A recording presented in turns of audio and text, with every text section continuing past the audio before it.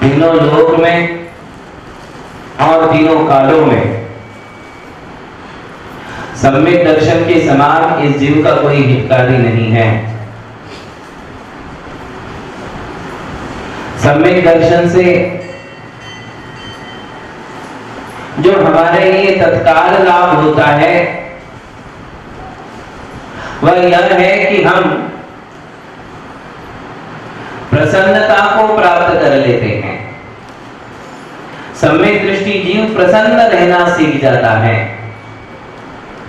अनंतानुबंधी कषाय हट जाने से जीवन में जो शांति का एहसास उसके लिए होता है वो सम्यक दर्शन के कारण होता है, क्योंकि यह नियम है जहां अनंतानुबंधी कषाय होगी वहां सम्यक दर्शन नहीं रह सकता, और जहां सम्यक दर्शन होगा वहां अनंतानुबंधी कषाय नहीं हो सकती। अनंतानुबंधी कषाय का अर्थ है क्रोध, मान, माया और लोभ की इतनी तीव्रता जो हमारे श्रद्धान और चारित्र दोनों को खा जाती है। श्रद्धान को भी नष्ट कर देती और चारित्र को भी भ्रष्ट कर देती है। वो कौन सी कषाय है? अनंतानुबंधी कषाय। और जहां सम्यक दर्शन होगा वहां अनंतानुबंधी नहीं होगी। या यूं कहिए कि सम्यक दर्शन को प्राप्त करने के लिए अनंतानुबंधी कषाय पर विजय प्राप्त करना बहुत आवश्यक है। अनंतानुबंधी कषाय को यूं समझिए कि वो 1000 डिग्री सेल्सियस वाला तापमान है जो लोहे को भी पिघला दे। ऐसी कषाय हैं वो कषाय जो हमारे संबंधों में खटास पैदा कर देती है, भेदभाव पैदा करती है। ऐसी वो कषाय जो हमारे लिए पंचेंद्रिय विषयों में इतना आसक्त कर देती है कि हमारे लिए देव, शास्त्र, गुरु जीवन में कोई मायने नहीं रखते हैं।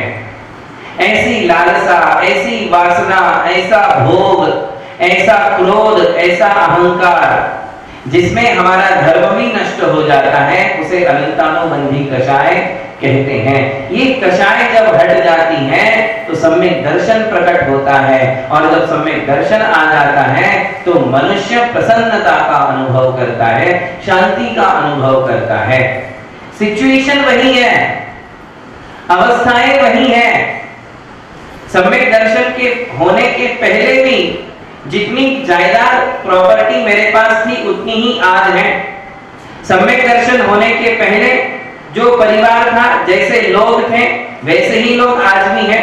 परिवार के वही मेंबर हैं, वही सिचुएशन है। किंतु सम्यक दर्शन हो जाने के कारण हमारे आचार विचारों में आमूलाग्र परिवर्तन आ जाता है। इतना परिवर्तन आ जाता है कि जो दुख देने वाले थे अब ऐसा लगता है कि ये मुझे दुख नहीं दे रहे हैं। ये विचारधारा, एटीट्यूड बदल जाता है, दृष्टिकोण बदल जाता है, और दृष्टिकोण बदल जाने से वो सुख और शांति का अनुभव करता है। जो बेचैनी, जो दुख का एहसास वो मिथ्यात्व के सद्भाव में कर रहा था, ऐसा उसके लिए अब अनुभव नहीं होता है। अनुभव नहीं होता है। क्यों? क्या बदल गया? सम्यक दृष्टि।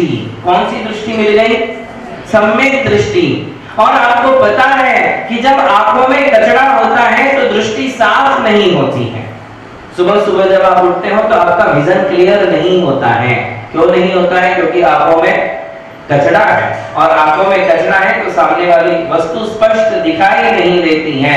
ऐसे ही ये मिथ्यात्व है। जब तक ये मिथ्यात्व है, ये ज्ञान के अंदर कचरा भर देता है, और हमारे लिए सामने वाले जो लोग हैं, सामने वाले जो वस्तुएं हैं, उन वस्तु और व्यक्तियों में, इन दोनों में पारदर्शिता नहीं होती है, विजन क्लियर नहीं होता है, और इसलिए भ्रांति होती है, कंफ्यूजन होता है, शक होता है, झगड़े होते हैं, एक दूसरे के प्रति वैर होता है, मनमुटाव होता है। क्यों? क्योंकि ज्ञान में मिथ्यात्व का कचरा है।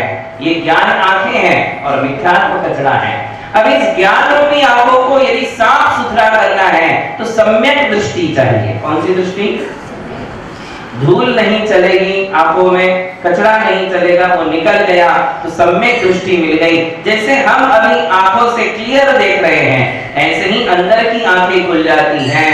वो सम्यक दर्शन आ जाने से ज्ञान रूपी चक्षु बराबर काम करने लग जाती हैं।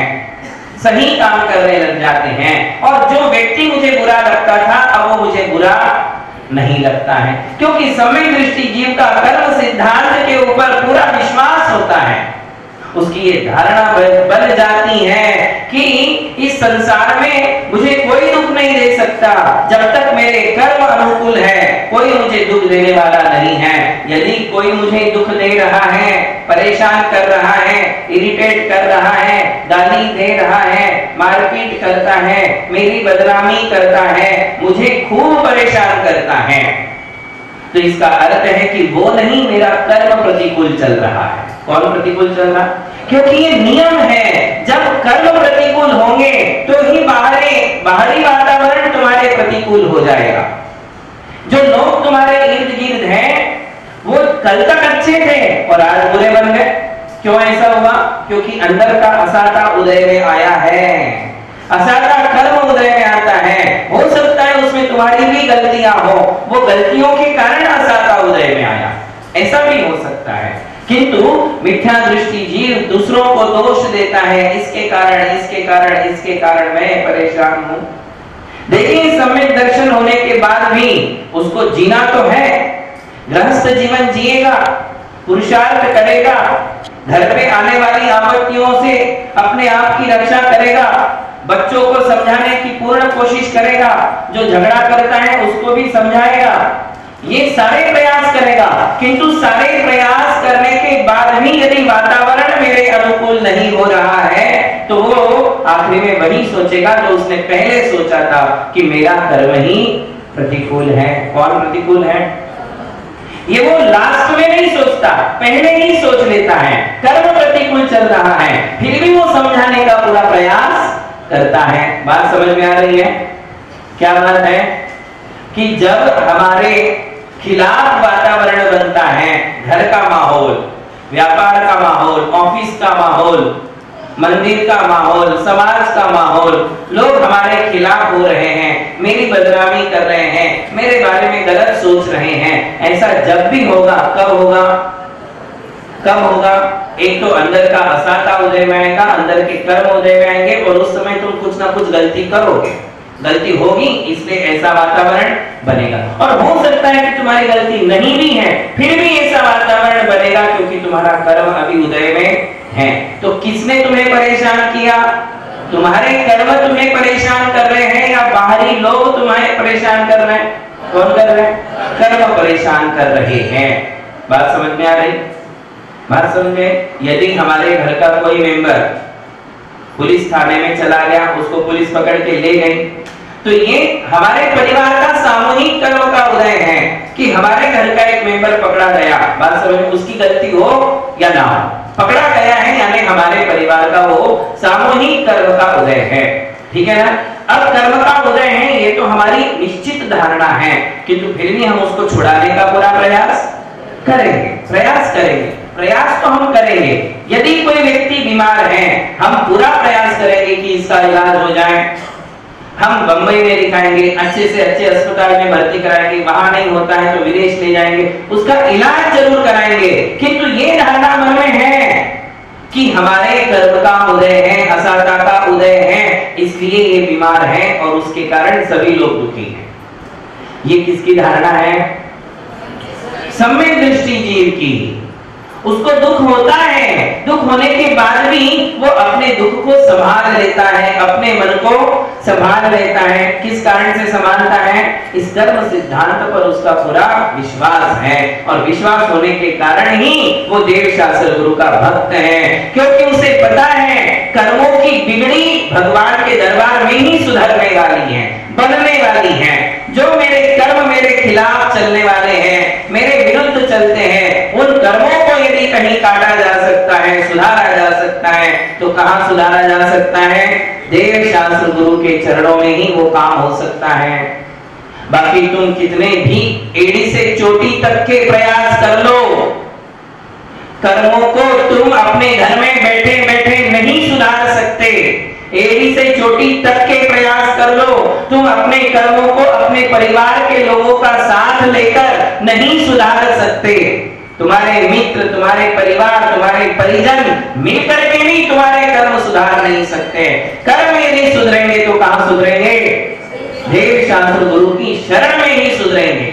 आज अच्छे हैं, कल उल्टे कर्म उदय में आने वाले हैं, उन्हें भी रोक लग जाएगी। इसलिए सम्यक दृष्टि जीव की आस्था कहाँ है? पंच गुरु चरण शरणों। रत्न कर्णक में कहा है कि सम्यक दृष्टि की दृष्टि कहाँ है?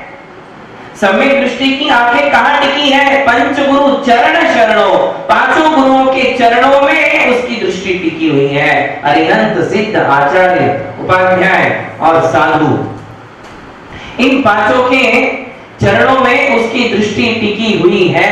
इन पांचों के अलावा उसकी नजर और कहीं जाती ही नहीं है। इसे कहते हैं पंच गुरु चरण शरणों। तो ये उसका दृष्टिकोण बदल गया। बात समझ में आ रही? यदि मिथ्या दृष्टि ये होगा, उसकी क्या परिणति होगी? एक तो उसको भगवान याद नहीं आएंगे, गुरु याद नहीं आएंगे, धर्म, और वो धर्म के बारे में उल्टा सोचेगा। क्या सोचेगा? क्या मिला? क्या सोचेगा? क्या मिला? इतना तो किया, इतना तो तू करती है, करने के बाद में क्या मिला? ये बीमारियों से लदी है, ये बीमारियां हैं, ये परेशानियां हैं, अभी भी वैसी ही बात चल रही है। ये वो व्यक्ति सोचता है। कौन व्यक्ति सोचता है? मिथ्या दृष्टि जीव। क्या सोचता है? भगवान को दोष देता है, धर्म को दोष देता है, क्योंकि उसकी दृष्टि ही मिथ्या है। मिथ्या होने के कारण, और ऐसे समय में वो शोक करता है। क्या करता है? इतना शोक करेगा, इतना रोएगा, इतना गम में जिएगा कि अंदर ही अंदर टूट जाएगा, किंतु भगवान के प्रति उसकी आस्था जगने वाली नहीं है। जो बची खुची आस्था थी वो भी खत्म हो जाती है। कई लोग ऐसे होते हैं कि वो धर्म बहुत करते हैं और 12 महीने का उनका डेली रूटीन है कि अभिषेक करना, पूजन करना, किंतु घर में एक नास्तिक टाइप का व्यक्ति होता है, और जब ऐसे कोई बातें होती हैं तो वो आपको वही दोष देता है कि इतना करने के बाद भी। ये उसकी दृष्टि है, मिथ्या दृष्टि है। सम्यक दृष्टि जीव की ये सोच नहीं होती है। वो ये सोचता है कि मैंने भले ही इतना धर्म किया है, गुरुओं की भक्ति की है, सेवा की है, ऐसा करने के बाद भी यदि मुझे दुख देने वाला कोई है तो मेरा कर्म। कौन दे रहा है दुख? धर्म कभी दुख का कारण नहीं हो सकता। कर्मों से दुख होता है और धर्म से सुख होता है। फिर धर्म करते हुए भी ये कर्म आड़े क्यों आ रहे हैं? क्योंकि कर्म बलवान बने हैं। तुम्हारी आत्मा में सबके कर्म बलवान नहीं होते, किसी किसी के कर्म इतने बलवान हैं, इतने गहरे हैं कि उसका धर्म भी उसके कर्म पर हावी नहीं हो पा रहा है। उसके कर्म इतने भारी हैं, वजनदार हैं, और उसके धर्म में अभी उतना अतिशय या उसके धर्म में इतनी श्रद्धा या एकाग्रता अभी नहीं है कि उसके कर्मों को वो ओवरटेक कर पाए। समझ रहे हैं? तो कर्म बलवान है, अभी मुझे और धर्म करना चाहिए। क्या सोचेगा? और मुझे धर्म करना चाहिए, कम नहीं करना। धर्म के प्रति अनास्था होना मतलब आज तो तुम गड्ढे में गिरे हो। किस में गिरे हो? पिछले कर्म का उदय आया तो तुम गड्ढे में गिरे, और जब तुम ये सोचते हो कि ये धर्म से ऐसा हो रहा है, मतलब तुम अब खाई में गिर रहे हो। अभी तो गड्ढे में थे, गड्ढे से बाहर आ सकते थे, और ऐसा होने के बाद तुम धर्म से दूर होते हो, गुरु और भगवान से दूर होते हो। इसका मतलब अब तुम खाई खोद रहे हो अपने लिए। बात समझ में आई? खाई खोद रहे हो। बल्कि उसमें सोचना चाहिए कि अब इतना सा गड्ढा है, इस गड्ढे को भी मैं भगवान की भक्ति से भर दूंगा तो मैं आपत्तियों से बाहर आऊंगा। आपत्तियों से रक्षा मेरा धर्म ही करेगा, कर्म तो मुझे आपत्तियों में फंसाएगा। ऐसी किसकी सोच बन जाती है? सम्यक दृष्टि जीव की। कभी निगेटिव नहीं सोच सकता है। आप देख रहे हैं ऐसे लोगों को, ऐसे लोग जो थोड़े से जुड़ जाते फिर दूर हो जाते, उन्हें लगता है कि कोई फायदा ही नहीं हो रहा, कोई फायदा ही नहीं हो रहा। जो देव शास्त्र गुरु से जुड़ा ही नहीं है उसे फायदा कहां से होगा? बताइए आप। तुम्हारा लगाव भगवान के प्रति है कि अभी भी संसार सुखों के प्रति है? तुम जुड़े भी हो भगवान से तो क्या दृष्टि लेकर जुड़ रहे हो? अरे वो तो मिलना ही मिलना है। जो भगवान के शरण में है, धर्म की शरण में है, उसे सुख तो मिलना ही है, किंतु तुम्हारा केवल वही एक एम है और नहीं मिल पाता तो टूट जाता है। हमें जुड़ना चाहिए भगवान से। किससे? भगवान से जुड़ो, चाहे आपत्तियां आए या संपदाएं आए, संपदा मिले या आपदा मिले, मैं भगवान को नहीं छोड़ूंगा। चाहे कितनी ही ऊंचाइयों पर चला जाऊं, जो मेरा कर्तव्य है, जो मेरी भक्ति है, जो मेरी पूजा आराधना है, कितनी भी ऊंचाइयों पर जाऊं उसको मैं छोड़ने वाला नहीं हूं। और कितने भी नीचे चला जाऊं तो भी मैं छोड़ने वाला, जीवन की किसी भी उतार चढ़ाव में मैं मेरी भक्ति को नहीं छोड़ूंगा, मैं मेरे कर्तव्यों को नहीं छोड़ूंगा। जब उतार आता है, और जब उतार आता है तो क्या परिवार को छोड़ देते हो, बीवी बच्चों को छोड़ देते हो, माँ बाप को छोड़ देते हो? जब हम उतार के दिनों में इनको नहीं छोड़ते तो भगवान को क्यों छोड़ना, मंदिर क्यों छोड़ना, गुरु को क्यों छोड़ना? अरे चाहे कुछ भी हो जाए, मैं अपने धर्म को नहीं छोड़ूंगा, क्योंकि उतार के बाद जो चढ़ाव आने वाला है वो चढ़ाव मुझे मंदिर से ही मिलने वाला है। किससे मिलने वाला है? मंदिर से ही आने वाला है धर्म, क्योंकि धर्म ही कर्म को काटता है। किसको काटता है? कौन काटता है? धर्म ही कर्म को काटेगा, बाकी सब जगह कर्म बढ़ेंगे। घर में, दुकान में, व्यापार में, सब जगह क्या होने वाला है?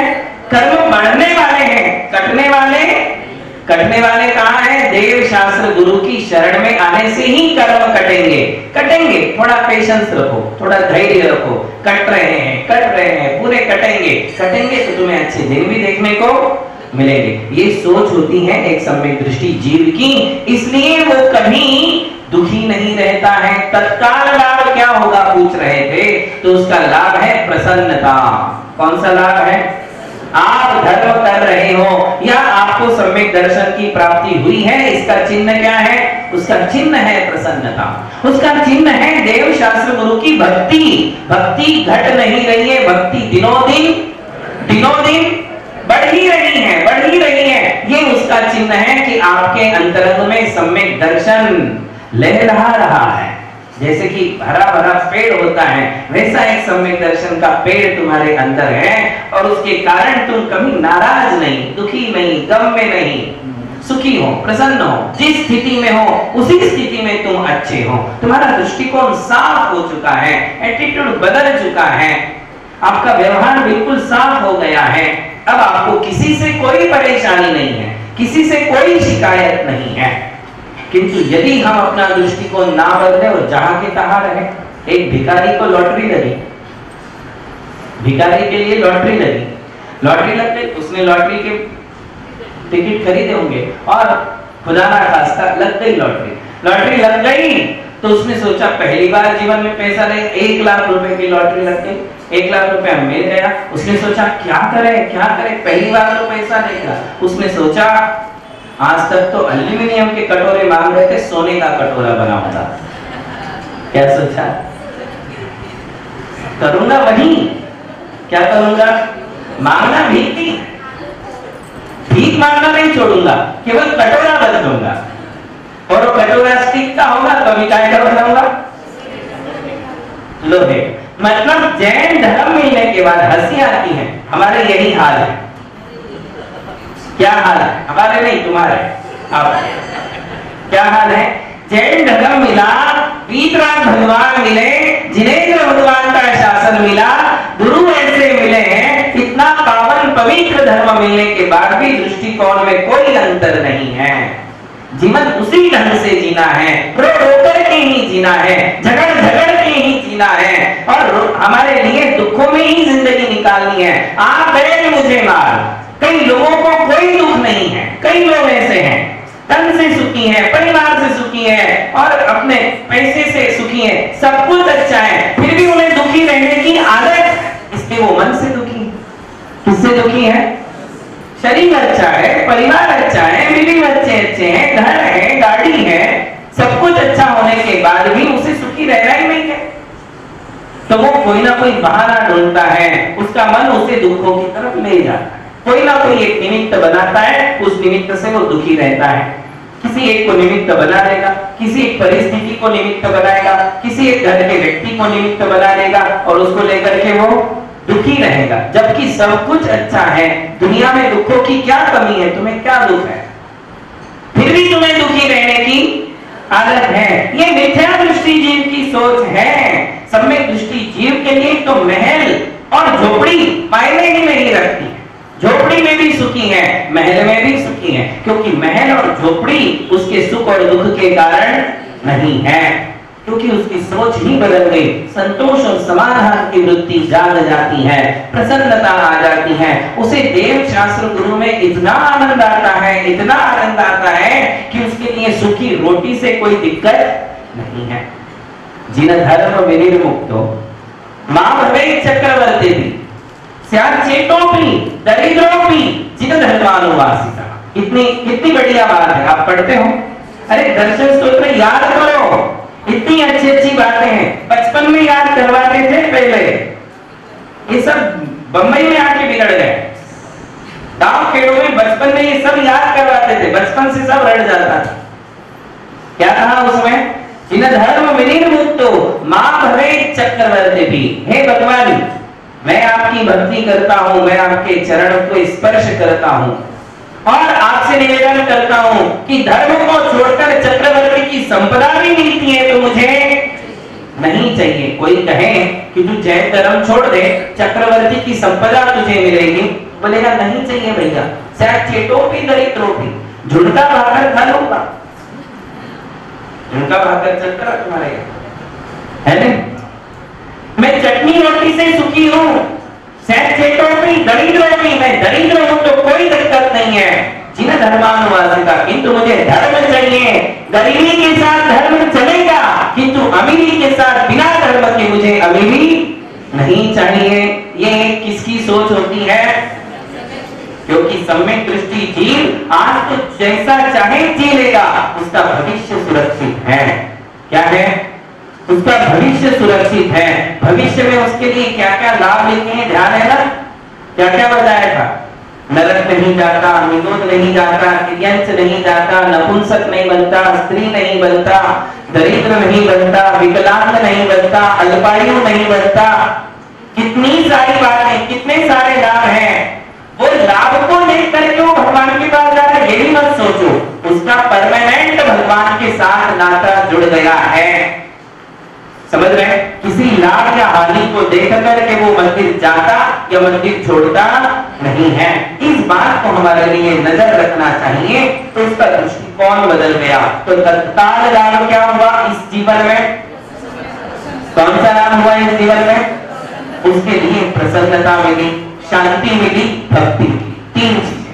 कौन सी तीन वस्तुओं का लाभ हुआ सम्यक दृष्टि जीव के लिए, पहला लाभ है उसके लिए प्रसन्नता मिलती है, दूसरी है शांति का एहसास होता है, अनुभव होता है, और सबसे बड़ी बात है कि उसके जीवन में भक्ति टिकी रहती है, भक्ति बढ़ने वाली भक्ति होती है, वो भक्ति से कभी दूर नहीं होता।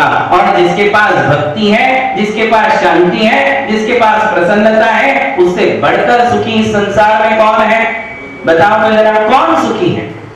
महलों से सुख मिलते हैं, गाड़ियों से सुख मिलते हैं, और ये सब होने के बाद भी तुम्हारा मन दुखी रहता है, तो वो महल और गाड़ियां क्या काम की हैं, सुख अंदर से मिलता है। कहां से मिलता है, तो सम्यक दृष्टि का एक ये पक्का विचार बन जाता है कि सुख का स्थान यदि कोई है तो वो मेरी आत्मा।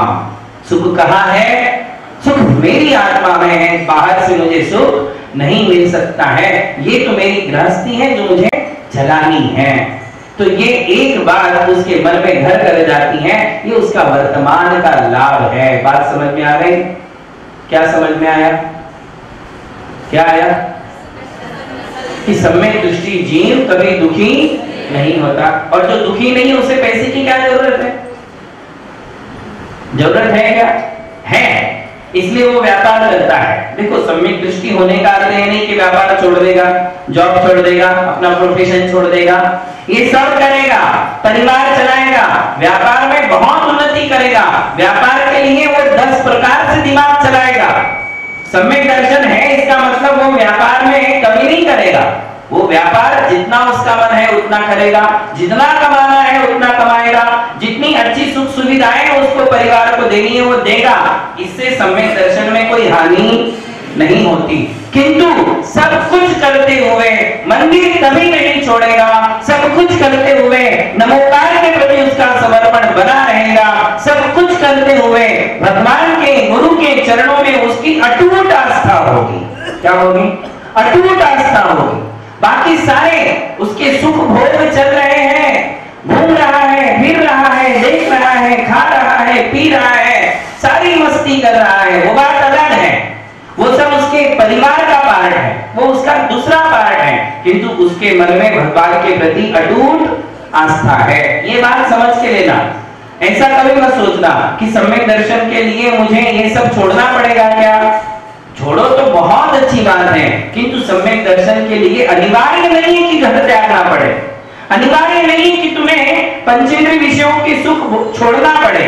वो तुम करते रहो, वो तुम करते रहो, किंतु करते हुए भी उसके मन में ज्ञान का दिया जलता रहता है कि ये शाश्वत सुख नहीं है, ये मैं अपने और परिवार के लिए कर रहा हूं, किंतु ये शाश्वत सुख नहीं है। सच्चा सुख यदि मिलेगा तो देव शास्त्र गुरु की भक्ति से ही मिलने वाला है, वो त्याग से ही मिलता है, वो संयम से ही मिलता है। सच्चे सुख के धनी इस संसार में केवल अरिहंत भगवान है, ये उसको पता है।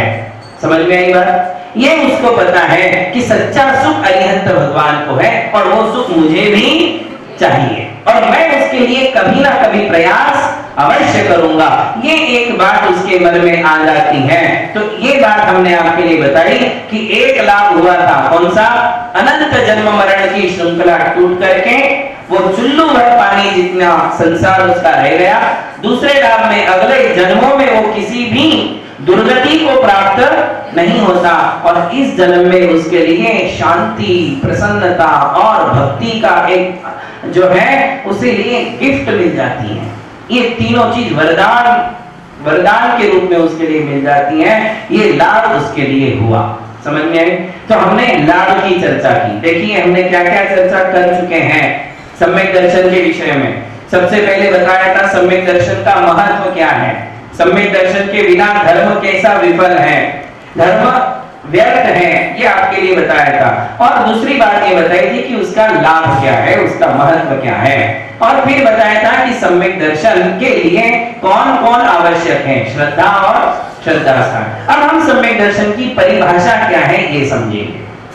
तो देखिए परिभाषा के लिए कहा जाता है, सुन लीजिए, कि जिसमें देव शास्त्र गुरु के प्रति, सच्चे देव शास्त्र गुरु के प्रति जिसकी श्रद्धा है, पहली बात, जो 8 अंगों का पालन करता है, दूसरी बात, और जो 25 दोषों से दूर रहता है, तीसरी बात, उसे सम्यक दर्शन कहते हैं। सम्यक दर्शन की ये परिभाषा है, ज्यादा कठिन नहीं है, सब मिलकर के एक ही बात है, किंतु फिर भी हमारे लिए उसे समझना है।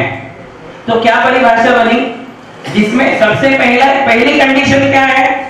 सच्चे देव शास्त्र गुरु के प्रति उसकी आस्था कि यही देव है, यही शास्त्र है, यही गुरु है और यही मेरा धर्म है, इसके प्रति मेरी 100% आस्था है। ये पहली बात। इसके साथ साथ उसे 8 नियमों का पालन करना है। कितने नियमों का? बिल्कुल सरल है। उन 8 नियमों में त्याग कोई कहीं भी नहीं है, त्याग नहीं है, डरने की बात ही नहीं, बिल्कुल किसी चीज का त्याग नहीं है।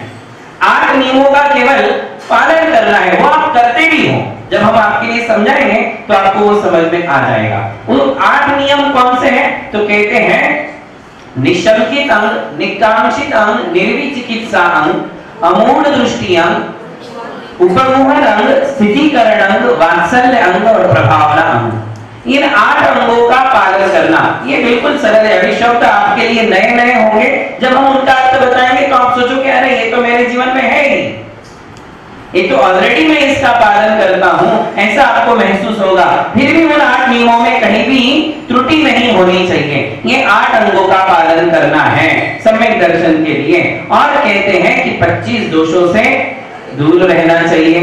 कितने दोषों से? 25 दोषों से हमारे लिए दूर रहना चाहिए।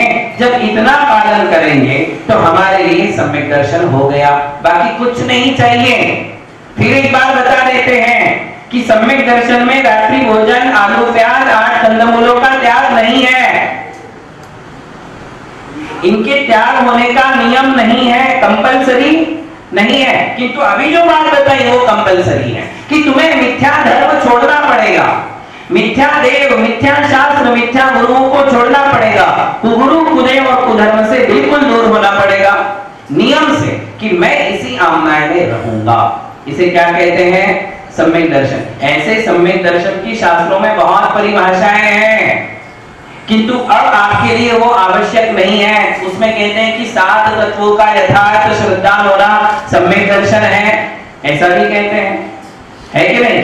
तो वो बात अलग हो जाती है। कर्णानुयोग की दृष्टि से सोचोगे तो और कठिन हो जाता है। उसमें कहते हैं कि सम्यक दर्शन की विघातक, अनंतानुबंधी और मिथ्यात्व की 3 ऐसी 7 कर्मों का नाश किए बिना या उनका क्षयोक्षम किए बिना सम्यक दर्शन नहीं है। तो वो परिभाषा हमें नहीं चाहिए। आज हम और आप बैठे हैं, हम आपकी बात कर रहे हैं, ठीक है ना? वो ज्ञानी लोगों की भाषा है, वो उनके लिए रिजर्व रखो। जब हम वहां पहुंचेंगे तो हम वो भी सोच लेंगे, उसके विषय में भी हम सब कुछ सुनेंगे और स्वीकार करेंगे, उसको भी समझने का प्रयास करेंगे। किंतु आज परिभाषा क्या है सम्यक दर्शन की?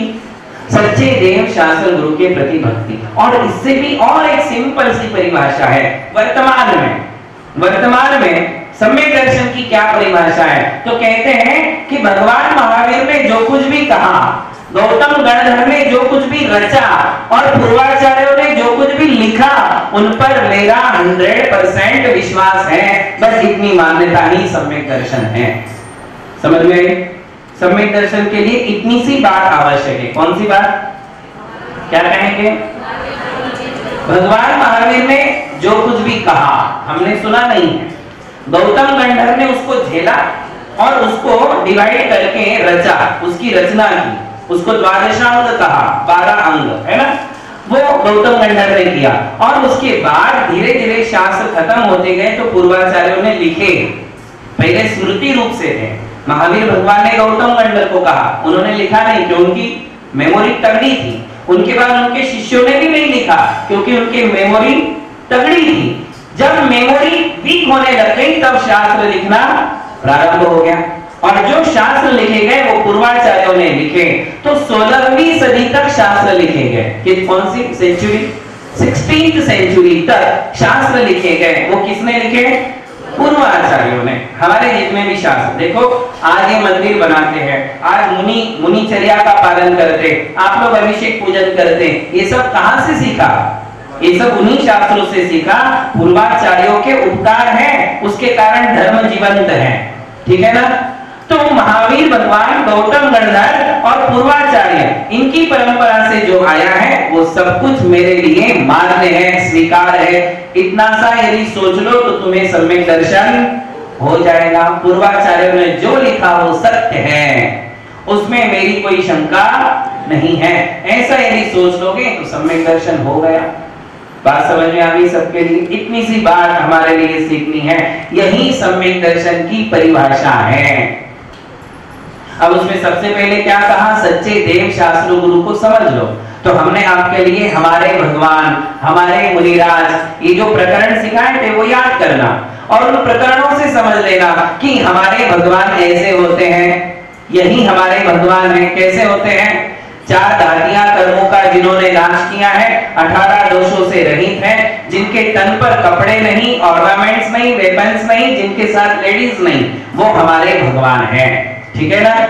ये हमारे भगवान का स्वरूप है। हमारे गुरु कैसे हैं? जो नग्न रहते हैं, केशलोच करते हैं, 5 महाव्रतों का पालन करते हैं, साथ में पीछी और कमंडल अपने साथ रखते हैं और अपनी चर्या का पालन करते हैं, वो हमारे गुरु हैं।